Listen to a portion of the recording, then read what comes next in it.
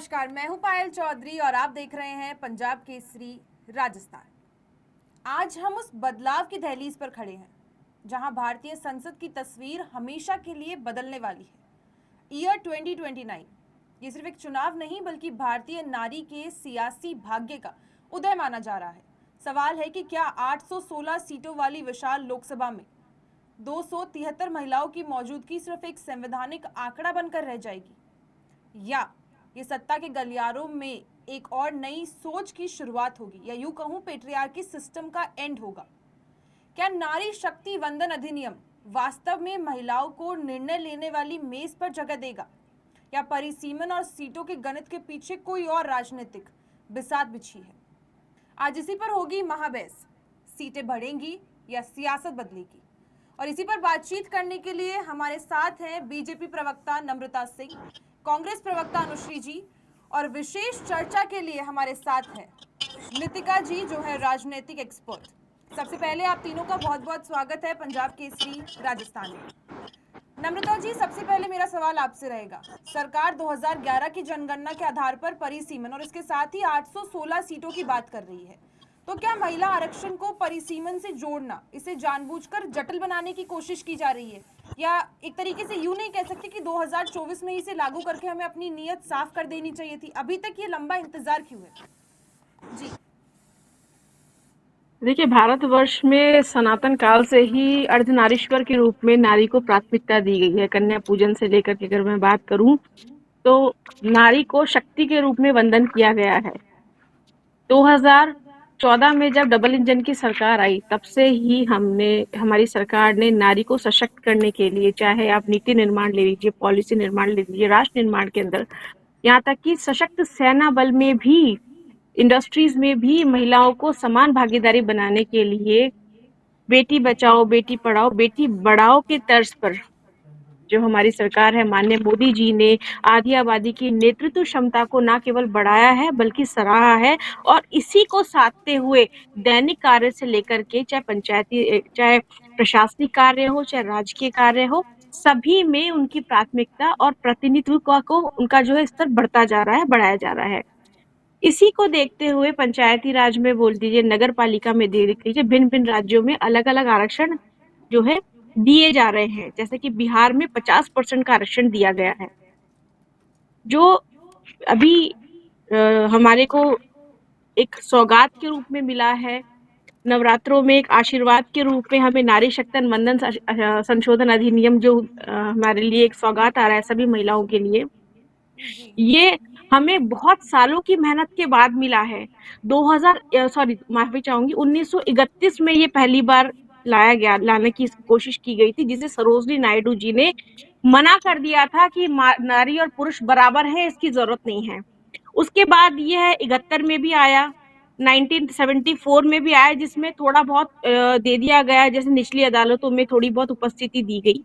उसके बाद 88 में तो इसको बिल को फेंक ही दिया गया कि इसकी जरूरत ही नहीं है। 93 में भी आया, 96, 98, 99 में आया, लेकिन इसको लैप्स कर दिया गया। 2008 में भी आया, तो जैसा कि सब जानते हैं, इसको जब ये आया तब इसको राज्यसभा में तो पारित कर दिया, लोकसभा में इसको फिर कैंसिल कर दिया। तो 1931 से करते करते हमें आज 2023 का ये जो बिल है, ये हमें अब जाकर के मिला है। तो यह लड़ाई कुछ सालों की नहीं है, 1931 की है। और हम सबको धन्य करना चाहिए कि हमारे मोदी जी, हमारे प्रधानमंत्री जी आधी आबादी को इतना महत्व दे रहे हैं कि उन्होंने हमें ये सौगात दी कि जी महिलाएं अनुश्री जी। अपना जी अस्तित्व, आधी आबादी संपूर्ण हिस्सेदारी के साथ में अपना परिचय दे सकती है, अपने नेतृत्व क्षमता को दिखा सकती है, बता सकती है।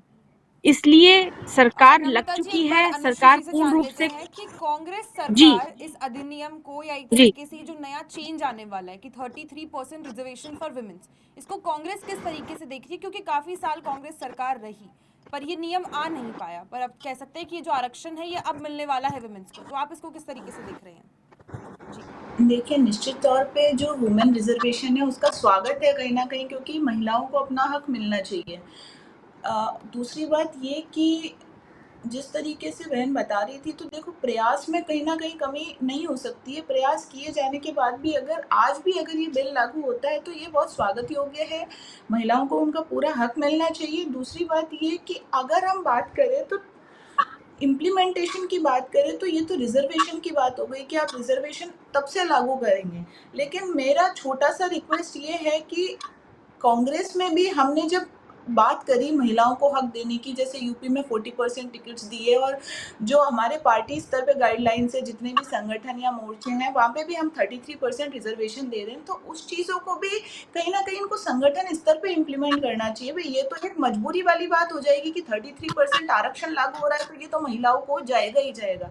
लेकिन उससे पहले अगर अपन बात करें, तो कहीं न कहीं इनको पार्टी स्तर पे भी ये चीज़ें लागू कर देनी चाहिए। ये कोई बहुत बड़ा डिबेट का विषय नहीं बना रही हूँ मैं कि हम पार्टी स्तर को लेके लड़ाई करें। यहाँ पे महिलाओं की बात हो रही है, तो एक छोटी सी रिक्वेस्ट है कि इनको भी अपनी चीज़ों को लागू करनी चाहिए। जी, आपसे जानना चाहूँगी ये चीज़ कि फ़िलहाल जिस तरीके से देखा जा रहा है कि विमेंस के लिए एक तरीके से पॉजिटिव न्यूज़ है कि अब राजनीति के अंदर एक बड़ा नंबर वो एज ए रिप्रेजेंटेटिव खड़ी होंगी और तभी शायद महिलाओं की प्रॉब्लम्स भी सुनी जाएंगी और तभी ये कहा जा सकता है कि महिलाओं के जो इश्यूज है उन पर बात होगी। पर क्या लग रहा है कि इसकी वजह से जो पावर डायनामिक्स हैं वो थोड़े से चेंज हो सकते हैं, और क्या ऐसा हो सकता है कि एक तरीके से बात करी जाए कि थोड़ा सा लोअर लेवल वाली वुमेन्स है, या जिस तरीके से हमेशा देखने को मिलता है कि एससी एसटी और ओबीसी वाला आरक्षण जो रहता है, तो क्या जब सिर्फ महिलाओं की बात होगी तो उसमें भी उस आरक्षण की नीड है कि जो रूरल वुमेन्स हैं उनको भी इक्वली अपॉर्चुनिटीज मिलनी चाहिए, ये सारी चीजें, तो इस पे बात करना चाहेंगे जी। महिला होना भाग्य की बात है, लेकिन भारत की महिला होना सौभाग्य की बात है। भारतीय महिलाओं का सम्मान वैदिक काल से हुआ जा रहा है, आधुनिक युग में भी सदैव हुआ है। नारी शक्ति अधिनियम नारी शक्ति अधिनियम बिल जो आज लाया जा रहा है, पारित किया जा रहा है, जिसके लिए कोशिश की जा रही है, जो इतने सालों से ये कोशिश चलती आ रही है, आज मैं ये कहूंगी कि सिर्फ भारत ही नहीं, इंटरनेशनली भी अगर हम देखें तो यूनाइटेड नेशंस का जो हमारा टैगलाइन है वो है सस्टेनेबल डेवलपमेंट। यूनाइटेड नेशंस के 17 गोल्स में से एक गोल आता है जेंडर इक्वालिटी। तो ये सिर्फ एक भारत के परिवेश में ही नहीं, जो ये नारी शक्ति अधिनियम है, ये एक वैश्विक परिवेश में इसकी बात होगी। और मैं बहुत बहुत साधुवाद देना चाहूंगी और धन्यवाद देना चाहूंगी नेतृत्व का कि ये इस चीज को जो इतने सालों से हो रही है, इसको अब इतना बढ़ चढ़ के हिस्सा लेके महिलाओं की भागीदारी बढ़ाने की कोशिश की जा रही है। आज से हम देखें 20 साल पहले का अगर हम एनालिसिस करें तो जो विमेन वोटर्स हैं उनका परसेंटेज धीरे धीरे इंक्रीज हुआ है, लेकिन इस बिल के द्वारा सिर्फ सहभागिता ही नहीं, नीति निर्माण में भी हमारे देश में महिलाएं आगे बढ़ेंगी।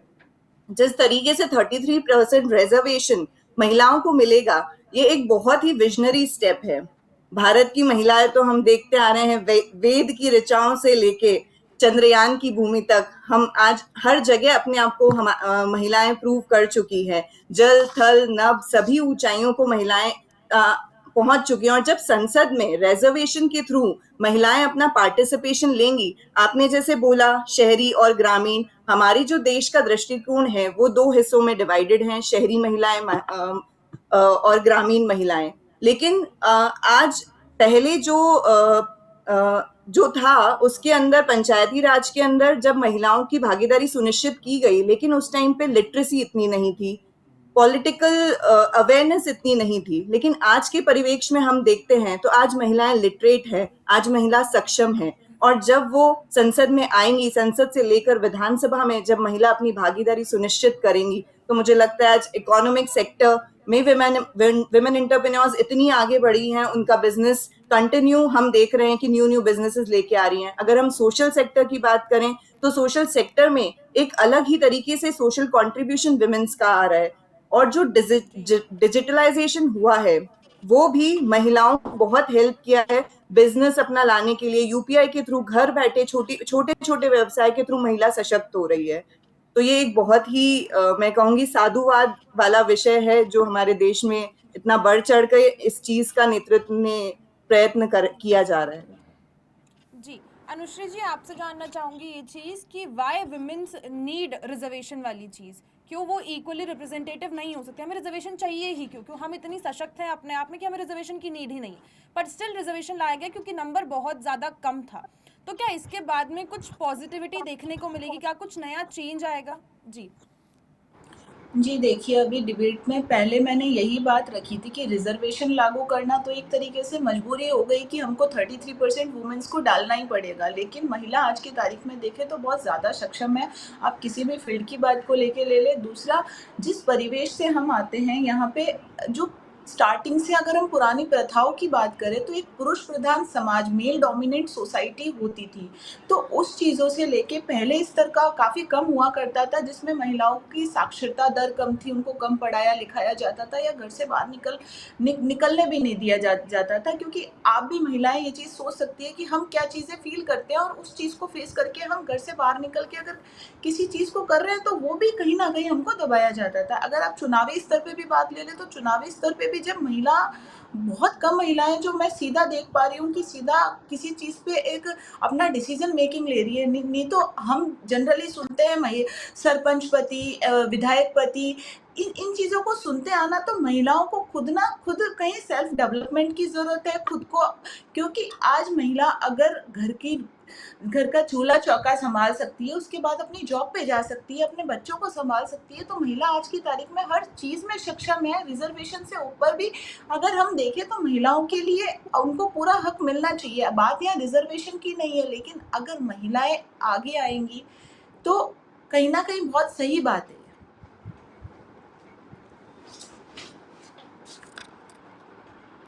बड़ा नंबर नहीं है बहुत ज़्यादा, पर फिर भी क्या पार्टी लेवल पर उतनी महिलाओं को लाना, उतनी महिलाओं को टिकट देना, क्या खुद भाजपा सरकार खुद ये कमिटमेंट दे रही है कि वो 33% जो क्राइटेरिया डिसाइड किया गया है उसे मेंटेन करेगी?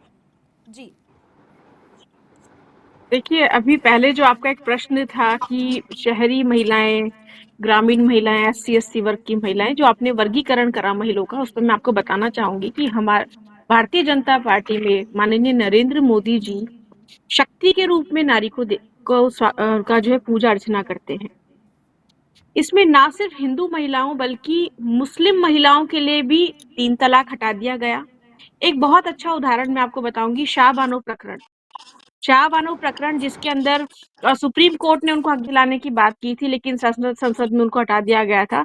इसके लिए UCC बिल आया। ये बहुत बड़ा उदाहरण है। और कांग्रेस का विरोध करना इसलिए लाजमी भी है क्योंकि कांग्रेस तो खुद को मर्दों का प्रदेश भी बताती है। राजस्थान की विधानसभा में गूंजा था, मर्दों का प्रदेश है ये। तो इसका विरोध करना कांग्रेस की लाजमी सी बात है, हम इससे ज्यादा अपेक्षा भी नहीं कर सकते। दूसरी बात कि जो आप कह रहे हैं इतना प्रतिशत आप लेकर के आई हैं, आधी आबादी के लिए 33% बिल जो आया है वुमेन रिजर्वेशन, उसमें ही सब आरोप प्रत्यारोप, विपत्ति, आपत्ति दर्ज कराने लग गए हैं। जो आपने कहा कि आधी % क्यों नहीं आया, तो मैंने आपको शुरू में ही बताया था कि पंचायत चुनाव को लेकर के जो निचले चुनाव हो रहे हैं उसमें हम 50% दे रहे हैं, 40 और 30 भी नहीं, जैसे हमने अभी बिहार चुनाव में घोषणा करी है। सेम एज पर यूपी में भी होगा और आगामी चुनावों में भी होगा। अब बात ये रही कि महिलाओं को जरूरत क्या है। महिला अपने आप में बहुत सशक्त है और हमारी संस्कृति में महिलाओं को, मातृशक्तियों को प्रथम स्थान दिया जाता था, जो मैंने सबसे पहले शब्द आपको बताए। इस प्रथम स्थान को पूरा करते हुए इस आरक्षण लेकर आए हैं। ये आरक्षण जो एक वुमेन रिजर्वेशन बिल लाए हैं ताकि हम विधानसभा अपना प्रतिनिधित्व स्थायी तौर पर बता सके, सभी को समान अवसर मिल सके। इसमें प्रधानता का जो एक खेल बहुत लंबे समय तक चलता आया, जिसमें महिलाओं को, जैसे कि कांग्रेस में अक्सर होता है, महिलाओं के साथ पहले भी बहुत अभद्र व्यवहार हुआ है। इस पार्टी में इन्हीं की प्रवक्ताओं के साथ बड़ा दुर्व्यवहार किया जाता है। जैसे सब जानते हैं, नैना साहनी कांड सपावा नहीं है। कई ऐसे प्रकरण है जिसमें महिलाओं को, क्योंकि एक्चुअली वो एक परिवारवाद वाली पार्टी है, महिलाओं को समानता तो दूर की बात है। राहुल गांधी जिसमें शक्ति को खत्म करने की बात बोलते हैं कि शक्ति को खत्म कर दिया जाएगा, वहां इस बिल का ऑब्जेक्शन करना लाजमी सी बात है और हम इससे ज्यादा इनसे कर सकते। लेकिन अभी हमारी सरकार है, हमारे प्रधानमंत्री नरेंद्र भाई मोदी हैं, जो विश्व पटल पर भी आज मैं कह सकती हूँ, चाहे लखपति दीदी योजना हो, चाहे उज्ज्वला योजना हो, जहां उन्होंने महिलाओं को धुएं से निकाल करके एक सामान्य और अच्छा जीवन दिया, चाहे शौचालय की सुविधा हो जिसमें उन्होंने उनको हर की परेशानियों को समझा, चाहे आप लखपति दीदी योजना की बात कर लीजिए, जहां नारी को सशक्त करने के पर लिए आगे बढ़ने से उनको पहले कई अनुश्री जी सुविधा जान दी लेते गई। हैं कि जिस प्रकार नम्रता जी ने कहा कि ये नियम बकायदा लाया ही इसलिए गया है कि कांग्रेस पार्टी की प्रवक्ता एक तरीके से थोड़ा सा सेफ फील कर पाए। क्या कुछ कहना है इसके ऊपर आपका? जी जी देखिए, अभी जो मैं सुन पा रही हूँ, मुझे नहीं लगता ये डिबेट कोई बहुत ज़्यादा राजनीतिक मुद्दों का विषय था, और इस चीज़ में मैंने कहीं पॉलिटिक्स छेड़ी भी नहीं थी शुरुआत में। लेकिन जिस तरीके से मैं अपने से बड़ी बहन को सुन रही थी, तो काफ़ी मुझे खुद में गिल्ट फील हो रहा था कि वो क्या बोले जा रही है। दूसरी बात ये कि भई पहली चीज़ तो विरोध किया नहीं है, तो बौखलाहट सत्तारूढ़ पार्टी की किस चीज़ की है? आज अगर ये बात कर रहे हैं, कांग्रेस का कोई स्टैंड नहीं है। कांग्रेस का स्टैंड मैं बता दूँ, यूपी में हमने 40% टिकट दिए। पहली महिला मुख्यमंत्री हमारी पार्टी से रही, पहली लोकसभा स्पीकर हमारी पार्टी से रही, हमारी पार्टी को लीड करने वाली महिला अध्यक्षा रही। और दूसरी बात ये, आज बार बार आदरणीय, मैं पॉलिटिक्स दोबारा कह रही हूँ, नहीं छेड़ना चाह रही, पर मेरी बहन ने छेड़ी तो मैं बताती हूँ। आज ये बार बार माननीय नरेंद्र मोदी जी की बात कर रही है। मणिपुर की जो विभत्स घटना है वो आज भी आपको पता होगी, जिस पर मोदी जी आज भी साइलेंट है। मणिपुर आज भी हिंसा में जल रहा है, लेकिन उसके बारे में कुछ बोल नहीं रहे हैं।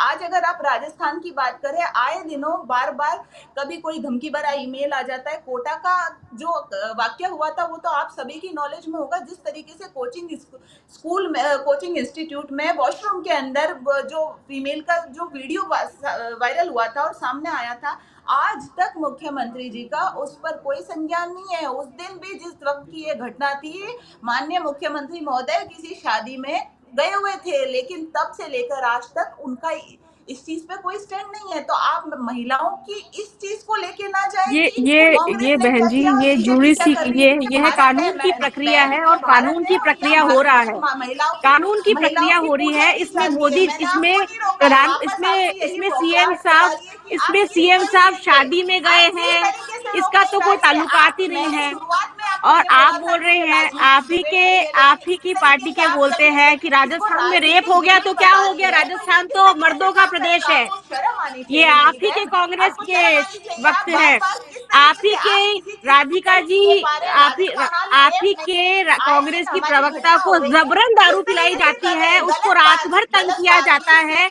और ऐसी पार्टी में स्क्रिप्टेड होकर चीजें के नहीं चलेगी आप ना। अब यह कह आपको रहे ये हैं चीज कि सिखाई जाती हमारे है। यहाँ आप तो मणिपुर महिलाओं के केस की साथ बात अच्छा कर रही है, व्यवहार किया काली जाता नमक है। किसने बोला था, आप उसकी बात करिए ना। आप ही के तो आप हो गलत रहा है, चीजों में नैना ना साली जाइए। का भूल आपको गई आप। स्क्रिप्टेड सिखाई जाती है, आपको आपको स्क्रिप्ट सिखाई पूरा जाती है कि आप इस पूरा तरीके से आंकलन बोले। करना सर, चाहिए। आप बोले तब आप मैंने लोग आपको नहीं शुरू रोका से है, लेकिन विरोध आप कर व्याख्या रहे मुझे हैं। करने लगता लगे है हैं कि आप नम्रता नितिका जी जी और से बात अनुश्री कर रहे जी, हैं बार बार कहीं ना नितिका कहीं। जी, अक्सर देखने को ये चीज मिलता है कि जब आरक्षण दिया जाता है तो वो शायद ये देखने को भी मिलता है कि जो बेनिफिट्स हैं वो एक तरीके से जो रिजर्व कैटेगरी वाले लोग हैं या जो थोड़े से हायर लेवल वाली कैटेगरी वाले लोग हैं वही रिजर्वेशन ले लेते हैं, यानी अपने फायदे में कर लेते हैं। काफी बार ये चीज देखने को मिलती है। और इसके अलावा ये चीज भी होती है कि प्रॉक्सी कैंडिडेट करके भी जो वर्ड यूज में लिया जाता है।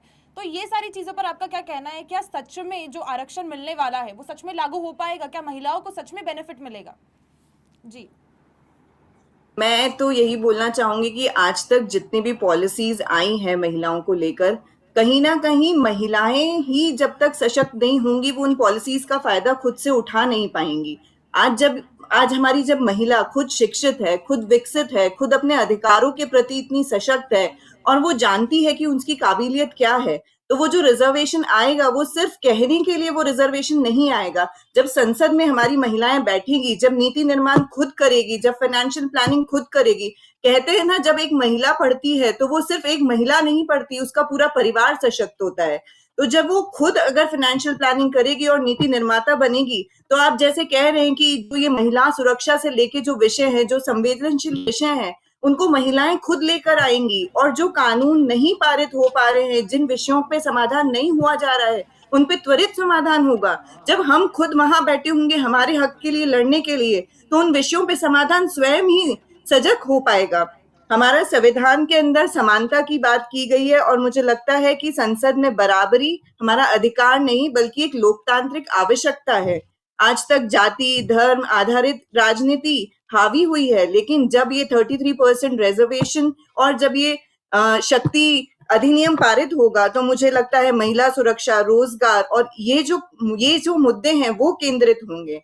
ये सारी बातें हमारे सामने आएगी क्योंकि महिला खुद वहां बैठी होगी और आज महिला हर चीज में, क्लासरूम से लेके बोर्ड रूम्स में हर जगह नेतृत्व कर रही है। जी, बहुत बहुत धन्यवाद आप तीनों का हमारे साथ जुड़ने के लिए, अपनी बातें जनता के साथ रखने के लिए। थोड़ा सा समय सीमा कारण होने के कारण इस बहस को यहीं रोकना पड़ेगा। जिस तरीके से आपने देखा कि उम्मीद ये की जा रही है कि 2029 के चुनावों के बाद में 33% आरक्षण महिलाओं को दिया जाएगा, यानी 33% सीट्स महिलाओं के लिए रिजर्व की जाएगी। एक तरीके से बहुत खुशी की बात है कि महिला रिप्रेजेंटेटिव आगे आकर अपनी प्रॉब्लम्स रखेंगी, इशू रखेंगी और सोसाइटी के अंदर एक बतौर पूरे समाज का डेवलपमेंट होगा। क्योंकि अक्सर कहा जाता है कि जब एक महिला आगे बढ़ती है तो पूरा समाज आगे बढ़ता है। अब देखना ये होगा कि क्या कुछ नए बदलाव राजनीति में देखने को मिलेंगे। और तब तक के लिए देखते रहें पंजाब केसरी राजस्थान।